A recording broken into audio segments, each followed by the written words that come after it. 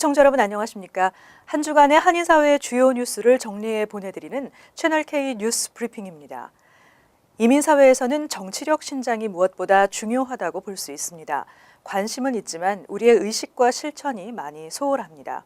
이번에 한인 유권자 등록수가 4년 전보다 20% 증가했다는 반가운 소식이 있긴 하지만 우리의 정치적인 지위를 향상시키고 권익을 찾을 수 있도록 좀 더 적극적인 참여가 여전히 필요합니다. 아직 1세들의 참여가 대부분이지만 2세와 3세가 더 적극적으로 참여할 수 있는 의식을 심어주는 것도 중요하겠습니다. 이와 관련한 첫 번째 소식입니다. 등록을 마친 뉴욕주 한인 유권자 수가 4만 5천여 명으로 집계됐습니다. 4년 전 대선 때보다 약 20%나 증가했습니다. 한인 등록 유권자 수는 예비선거를 거쳐 오는 11월 본선거가 다가올수록 계속 늘어날 것으로 전망되고 있어 올해 미선거에서 한인 투표자 수 증가를 통한 정치력 신장이 이루어질지 주목되고 있습니다. 시민참여센터가 18일 뉴욕주 선거관리위원회에 등록된 한인 유권자 명단을 확인해 발표한 결과 지난 4월 11일 현재 뉴욕주 유권자는 1,176만 명으로 이 가운데 한인 유권자는 총 45,249명으로 집계됐습니다. 한인 유권자는 지난 2012년 38,818명보다 16.6% 늘어났습니다. 한인 등록 유권자 수는 예비선거를 거쳐 오는 11월 본선거가 다가올수록 계속 늘어날 것으로 전망됩니다. 이로 인해 올해 미선거에서 한인 투표자 수 증가를 통한 정치력 신장이 이루어질지 주목되고 있습니다. 한편 뉴욕주 내 한인 유권자들의 경우 민주당이라고 밝힌 유권자가 54.4%, 24,637명에 달했고 공화당은 30.6%, 13,837명으로 민주당 성향이 23.8%포인트 정도 많았습니다.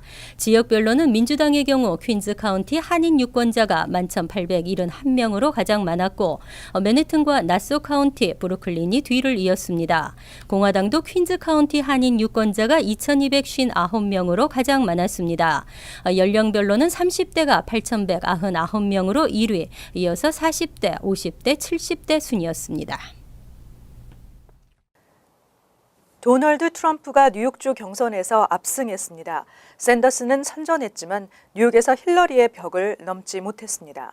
힐러리 클린턴 전 장관이 뉴욕 승리의 여세를 몰아 오는 26일 펜실베니아 등 5개 지역에서 치러지는 또 다른 승부처에서 승리하면 5월 중으로 승리를 선언할 수 있다는 전망도 나오고 있습니다.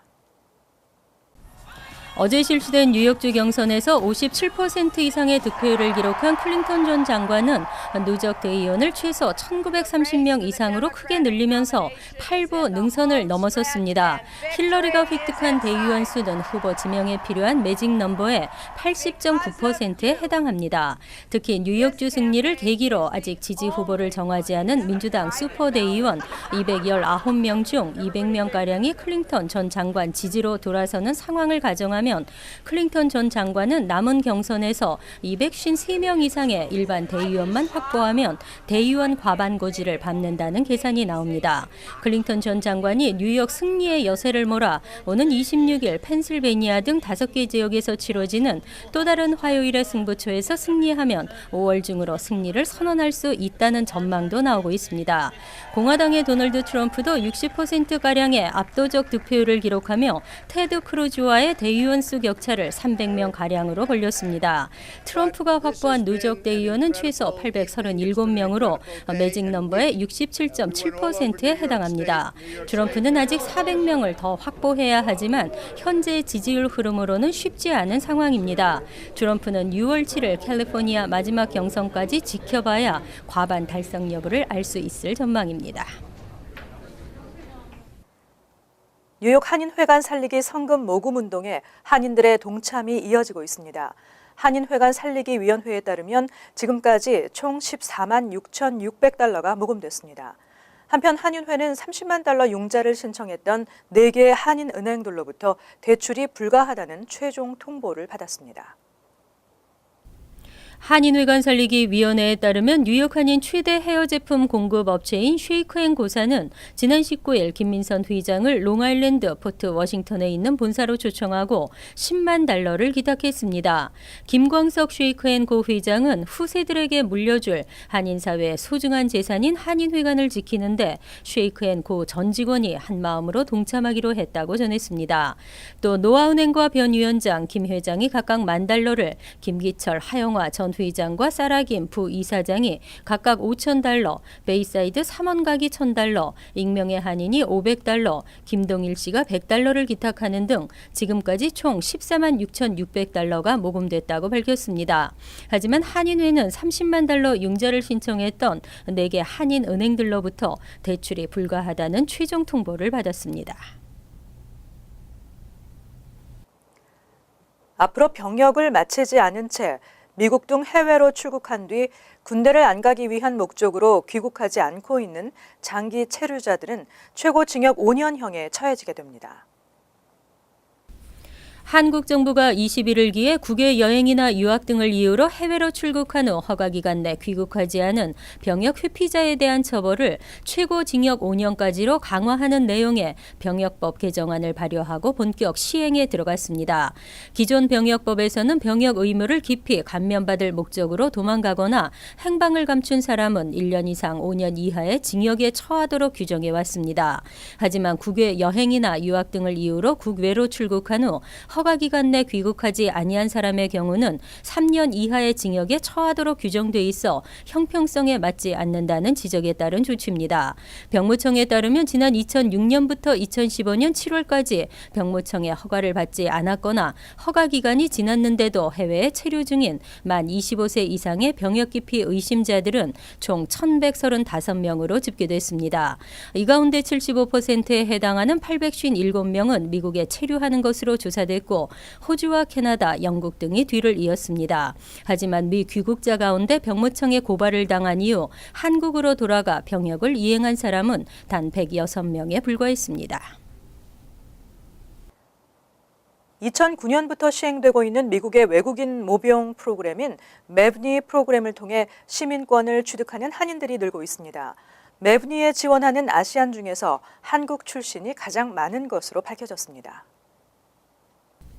미군에 따르면 지난해 매브니를 통해 미군에 입대한 한국인은 총 250여 명입니다. 특히 이 가운데 약 80%는 한국 유학생 출신으로 대부분 한국군 미필 남성으로 조사됐습니다.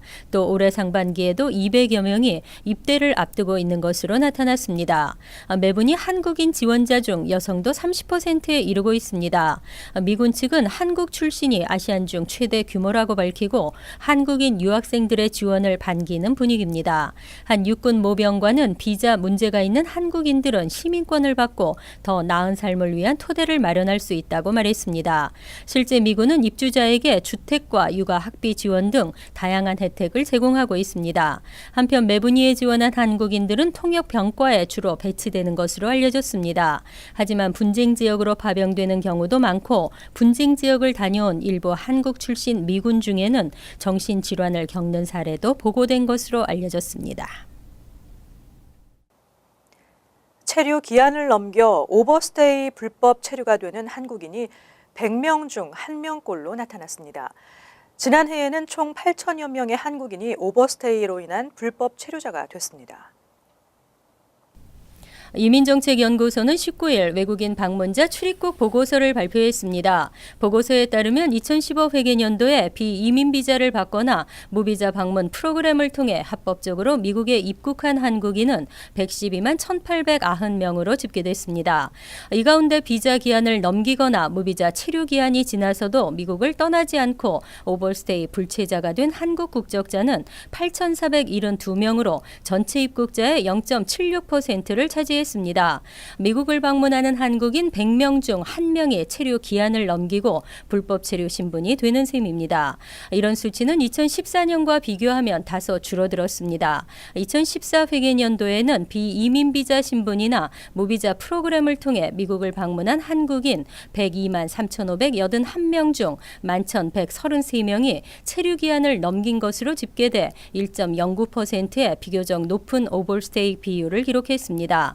한편 지난해 미국을 방문한 외국인은 2,097만 4,390명으로 집계됐고 이들 중 15만 3,166명이 오버스테이로 집계돼 0.73%로 기록됐습니다. 이용자는 늘고 있지만 운행 횟수는 그대로여서 만원 전철을 이용하는 승객들에게 희소식이 나왔습니다. 7번 전철은 올 가을부터 운행 횟수를 2차례, 2번 전철도 주말 운행 횟수를 늘립니다. 메트로폴리탄 교통공사는 올 가을부터 오후 8시에서 10시까지 7번 전철의 왕복 운행 횟수를 2차례 늘릴 계획이라고 발표했습니다. 주중 저녁 외에도 보수공사로 인해 서비스 운행이 변경되는 시점이나 전동차와 철로 사정 등으로 대중교통 이용자가 수용 포화 시점에 이르렀을 경우에도 한시적으로 전철 운행 횟수를 늘릴 계획입니다. 한편 브루클린의 브루클린 칼리지와 브롱스 웨이크필드 구간을 운행하는 2번 전철의 왕복 운행 횟수도 토요일 오전 7시부터 오후 8시까지 31차례, 일요일 오전 10시부터 오후 7시까지 18차례가 증편될 계획입니다. 이에 맞춰 브롱스에서 맨해튼 이스트사이드를 지나 브루클린으로 연결되는 5번 전철은 보수공사가 실시됩니다. MTA 측은 대중교통 이용자들의 패턴을 파악하고 이용자가 가장 많이 늘어난 전철 노선을 중심으로 운행 횟수를 늘렸다고 설명했습니다. 이번 증편 계획은 수개월간의 검토를 거쳐 오는 가을부터 시행됩니다. MTA는 이번 증편 운행으로 연간 250만 달러의 추가 예산이 소요될 것으로 전망하고 있습니다. 여름철이 다가오면서 국내에도 지카 바이러스 감염 우려가 대두되고 있습니다. 국립보건원은 공포에 떨 필요는 없지만 세심한 주의와 예방을 당부했습니다. 국립보건원 산하 알러지 감염병 연구소는 17일 모기 창궐 시즌이 다가옴에 따라 올여름 미국에서도 지카 바이러스 감염자가 나올 가능성이 굉장히 크다고 경고했습니다. 또 두려움에 떨 필요는 없지만 개개인이 의식적으로 주의하고 예방하는 것이 무엇보다 중요하다고 강조했습니다. 하지만 임신을 미루는 것이 안전하다는 지적에 대해서는 보건 전문가들의 의견이 엇갈리고 있습니다. 뉴욕타임즈는 최근 이와 관련해 당사자들이 판단할 문제라고 보도했습니다. 반면 일부 보건 전문가들은 임신 기간인 10개월 동안 임신부가 모기에 노출되지 않는 것은 불가능하고 백신 개발이 더디다는 것 등을 반대 이유로 지적하고 있습니다. 한편 지카 바이러스 퇴치를 위한 예산 편성은 긍정적입니다. 지난 13일 공화당 하원 의원들은 지카 바이러스 퇴치를 위해 백악관이 요구하는 예산 19억 달러를 승인하겠다고 밝혔습니다. 또 뉴욕시장실은 18일 성명을 통해 지카 바이러스 예방을 위해 방역 시스템을 강화한다고 발표했습니다. 뉴욕 한인봉사센터는 오는 5월 16일 그레인넥에 위치하고 있는 더 빌리지 클럽 앳 레이크 석세스 골프장에서 KCS 한인 커뮤니티 센터 건립 기금 마련 골프 대회를 개최한다고 합니다. KCS는 한인 2세와 3세들에게 소중한 유산이 될 커뮤니티 센터를 물려주기 위한 한인사회의 노력의 일환이라고 전하고 이번 기금 마련 골프 대회에 동포들의 많은 성원과 참여를 기대하고 있습니다. 푸짐한 상품과 음식도 마련된다고 합니다. 이상으로 채널K 뉴스 브리핑을 마칩니다. 시청해주신 여러분 고맙습니다.